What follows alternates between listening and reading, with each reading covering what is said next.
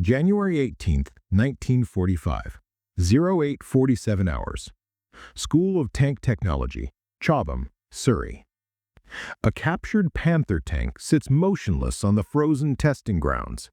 Its 75mm gun, capable of destroying any Allied tank at 2,000 meters, points uselessly at a row of observation sheds.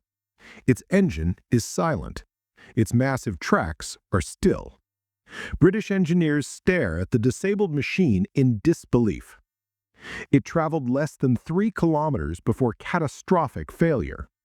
2 laps around the test circuit, then nothing. The war in Europe has 10 weeks left, but what these engineers are about to discover will explain why thousands of Germany's most feared tanks lie abandoned across the continent, not destroyed by enemy fire, but killed by their own engineering. The morning air bites with January cold. Frost coats every surface.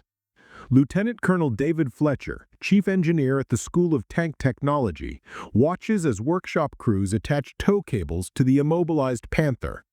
The tank, designated Cuckoo by British intelligence, was captured 3 weeks earlier in the Netherlands, found abandoned in a barn near Overloon.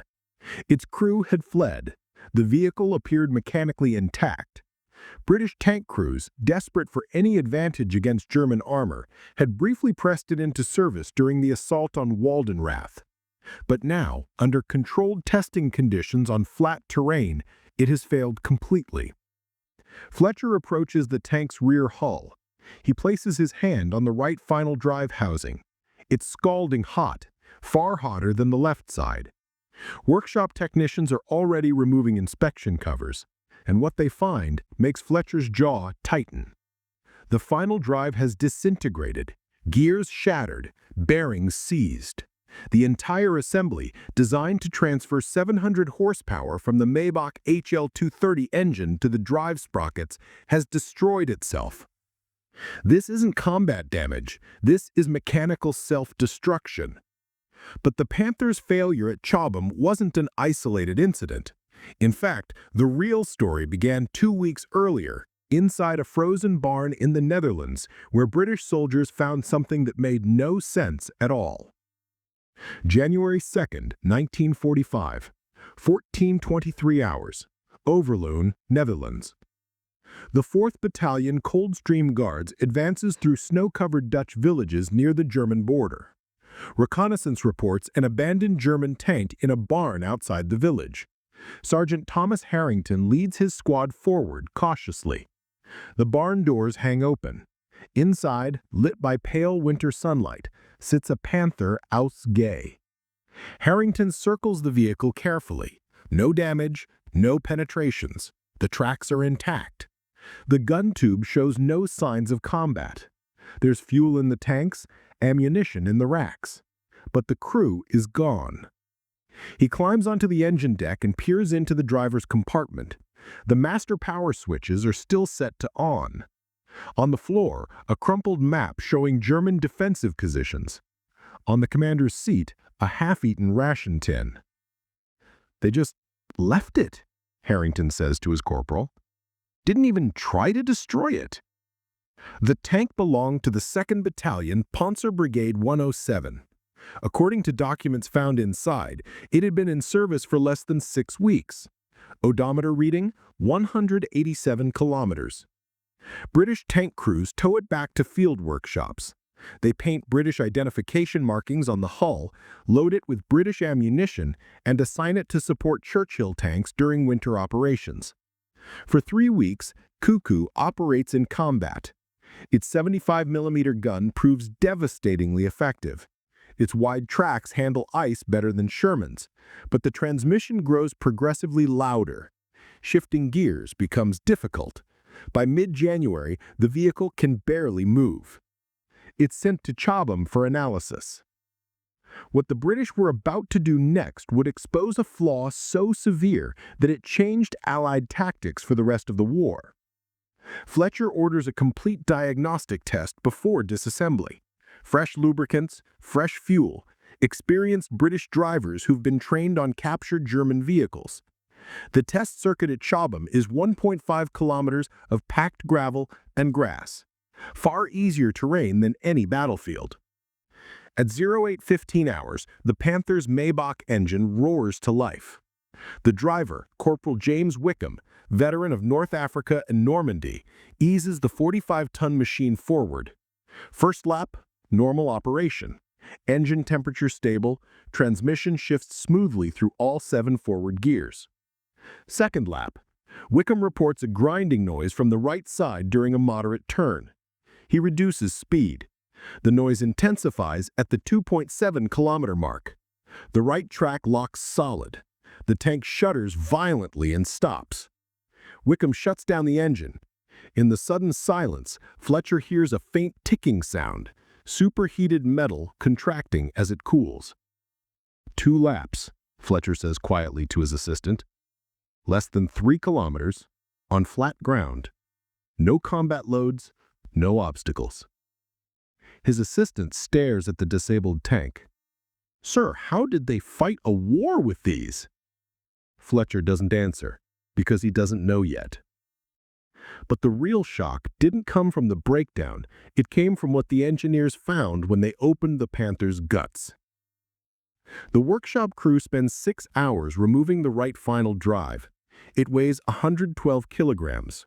When they finally extract it and lay it on the workbench, the extent of the damage becomes clear.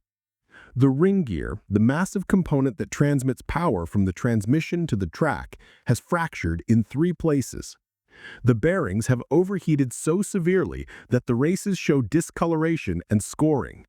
Gear teeth are chipped, cracked, and in some cases completely sheared off. The entire housing has stress cracks radiating from bolt holes. Fletcher examines the fracture surfaces under magnification. The fractures are crystalline, sharp, brittle, showing no plastic deformation. This steel failed suddenly, catastrophically, without warning. He orders metallurgical analysis. Technicians cut samples from the failed components and prepare them for microscopic examination. While waiting for results, Fletcher retrieves a file from his office. A file that's been growing thicker since late 1944. Captured German documents. Panther operation reports. British intelligence has been collecting Panther-related documents since the vehicle first appeared at Kursk in July 1943. Captured after-action reports, maintenance logs, interrogations of German tank crews. The picture they paint is devastating. Panzer Regiment 52. Combat Report, July 8, 1943. Fuel pump failures, approximately 20 cases. Engine breakdowns occurring at unacceptably large rates. 12 engines declared defective within first 2 weeks of combat. Final drive durability below acceptable standards. Panzer Regiment 2, May 1944. Vehicle chassis 154338 completed 1,780 kilometers before requiring depot-level maintenance. However, this represents exceptional performance. Average operational range before major mechanical failure, 600 to 800 kilometers. Tactical Memorandum, August 1943. Panther drivers are instructed to avoid pivot steering maneuvers whenever operationally feasible. Such maneuvers place maximum stress on final drive components and significantly reduce component lifespan. Fletcher reads the documents with growing understanding. The Germans knew. From the very beginning, they knew the final drives were inadequate. They issued tactical restrictions, they warned crews, but they couldn't fix the fundamental problem. And now, Fletcher knows why. If you love deep military history stories like this, hit like so the algorithm knows you want more. Drop a comment and tell me what you think caused these failures. Design flaws, rushed production, or something deeper. I read every one. The metallurgical analysis returns 3 days later. The results are damning. The final drive gears were manufactured from chromium molybdenum steel, properly heat-treated to a surface hardness of 60 to 62 HRC, Rockwell C scale. The material quality is actually excellent, better than many Allied tank components. The manufacturing precision is impressive. German engineering, even in January 1945, maintains remarkably high standards. But the design itself is fatally flawed. Fletcher spreads technical drawings across his desk. Panther final drive schematics captured from the Daimler-Benz plant in Marienfeld. He compares them to final drives from Churchill tanks, Sherman tanks, and the new Centurion prototypes being developed just down the road. The Panther weighed 45 tons and pushed 700 horsepower through a final drive rated, according to Allied engineers, at roughly 320 kilogram-meters of torque. The Panther began as a 30-ton concept in 1941, but as requirements grew, more armor, a bigger gun, more ammunition, the finished tank swelled to 45 tons, while the final drive design remained largely unchanged. The tank gained 50% more weight. The final drive didn't. The gearbox, the transmission, the final drives, all were under-designed for the actual vehicle weight. Every acceleration, every turn, every battlefield maneuver stressed components beyond their rated capacity. The Germans knew this. They calculated that final drives would be the first components to fail. They accepted it as an acceptable trade-off. But acceptable to whom? Not to the tank crews who found themselves immobilized under artillery fire. Fletcher's analysis doesn't end with a single captured tank. Throughout early 1945, British forces captured dozens of Panthers, abandoned during the German retreat, disabled by mechanical failure, or simply left behind when fuel runs out. Each one tells the same story: final drive failures, transmission breakdowns, engine fires from fuel system failures. But the most comprehensive analysis comes after the war. June 1947, French Army Technical Service. France, rebuilding its military after liberation, captures 50 Panthers from German storage depots. French engineers, eager to understand the vehicle that terrorized their country, conduct the most thorough reliability study ever performed on the Panther tank. They don't just examine broken components, they operate the tanks. They drive them on roads, cross-country, in varying weather conditions. They measure, document, and analyze every mechanical failure. The results are published in a 200-page technical report that became required reading for every NATO tank designer for the next 2 decades. Average final drive lifespan, 150 kilometers. Transmission failure rate, 93% within 1,500 kilometers. Engine fires from fuel system failures, 18% of test vehicles. Operational readiness rate in field conditions, 38%. The Panther, Germany's technological masterpiece, the tank that was supposed to win the war, couldn't reliably drive from Paris to the German border without catastrophic mechanical failure. And yet even those failures paled in comparison to what happened at Kursk during the largest tank battle in human history. Fletcher's file contains one more document. It's the most disturbing of all. Operation Citadel After Action Report, July 3, 1943.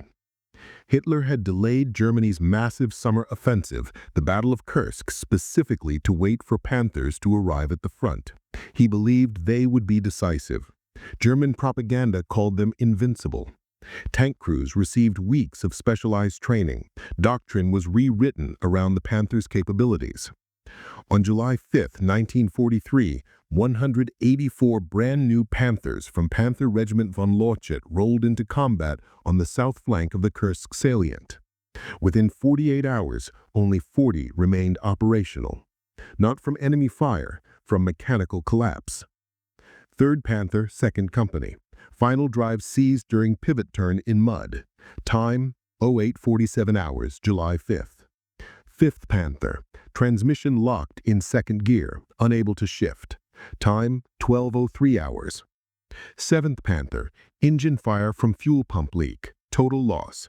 Time, 15:34 hours. By July 7th, the operational rate was 21.7%. By July 20th, after the offensive collapsed, only 41 Panthers remained combat-ready. 16 required transport back to Germany for depot-level repairs. The German after-action report, captured by Soviet intelligence, later shared with British MI6, and now sitting on Fletcher's desk, documented the catastrophe with bureaucratic precision. The Panthers hadn't been defeated by Soviet T-34s. They had been defeated by their own engineering compromises. And now, in a frozen workshop in Surrey, Fletcher understands exactly why. But to understand why a tank this dangerous was built so disastrously, you have to look not at the battlefield, but at the factories that were falling apart behind it. The flaw wasn't ignorance, it was desperation. By 1943, Germany's war economy was imploding. Allied bombing campaigns systematically destroyed ball bearing factories in Schweinfurt, synthetic oil plants in Luna, and rail networks across the Ruhr. Skilled machinists were conscripted into infantry units to replace catastrophic losses on the Eastern Front. Factories operated 24-hour shifts under constant pressure to meet impossible quotas. The Panther production facilities, Daimler-Benz in Marienfeld, MAN in Nuremberg, and Machine Fabric Niedersachsen in Hanover, faced orders to produce 600 Panthers per month. Quality control collapsed. Workers, many of them forced laborers from occupied territories, received 6 weeks of training instead of 6 months. Inspections were abbreviated. Components left the factory floor meeting dimensional specifications, but lacking proper testing.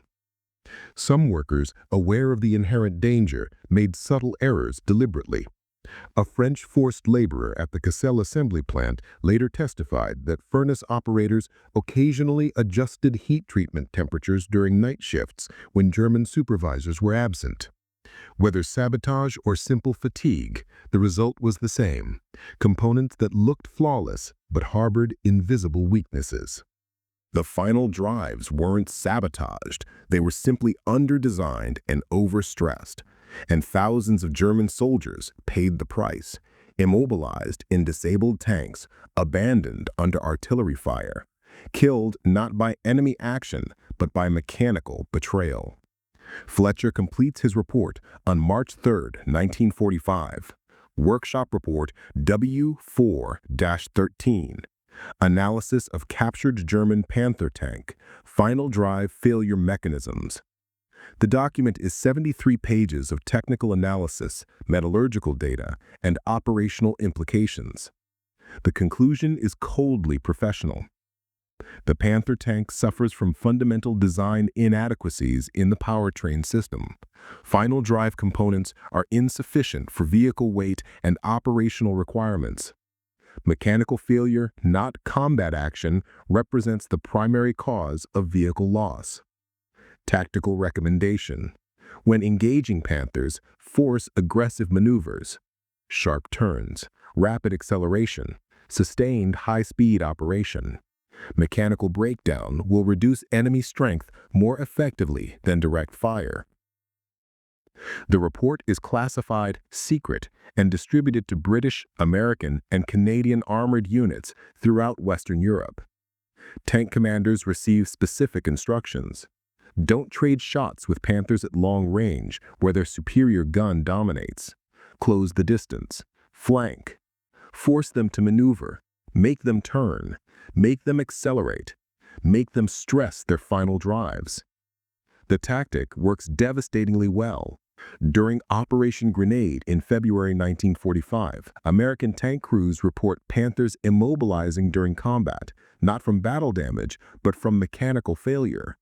During the Rhine crossing in March 1945, entire Panther companies are found abandoned, tracks intact, guns loaded, but immobilized by transmission failures. The knowledge advantage, earned in a Surrey workshop analyzing 3 kilometers of test track failure, saves hundreds of Allied lives. Present day: Bovington Tank Museum, Dorset, England. Panther 401 sits in climate-controlled storage. This OSF-G, captured in Normandy in June 1944, is one of only 11 Panthers worldwide maintained in running condition. The museum runs it occasionally for demonstrations, carefully, slowly, never more than a few hundred meters. In 2019, during a public demonstration, third gear failed. When museum engineers examined it, they noted the fracture looked strikingly similar to the brittle failures documented in 1945. David Willey, the museum's head curator, examined the broken gear and said, "We knew the history. We thought modern lubricants and gentle operation would prevent it. We were wrong. The metallurgy doesn't care how carefully you drive. The flaw is eternal." The Panther's transmission has been rebuilt 3 times. Even in a museum, even 80 years after the war, the design flaw remains active, a ghost that refuses to die. And when you pull all these clues together, they reveal a truth far more devastating than any battlefield loss. Wars are not won by the most powerful weapons. They are won by the most reliable weapons, wielded by soldiers who understand their enemy's vulnerabilities as intimately as their own strengths. The Panther could destroy any Allied tank at ranges exceeding 2 kilometers. Its sloped armor could deflect even the heaviest shells. On paper, it was invincible. But paper doesn't account for fractured gears and seized bearings. Paper doesn't care about production pressures and forced labor. Paper doesn't break down after 150 kilometers. Lieutenant Colonel Fletcher's analysis proved that knowledge, meticulous, technically precise, unglamorous knowledge, could be as lethal as any gun. 3 kilometers of test track in Surrey revealed the flaw that explained thousands of abandoned Panthers across Europe. It transformed Allied tank tactics. It gave commanders confidence to engage Panthers aggressively, knowing mechanical failure was their ally.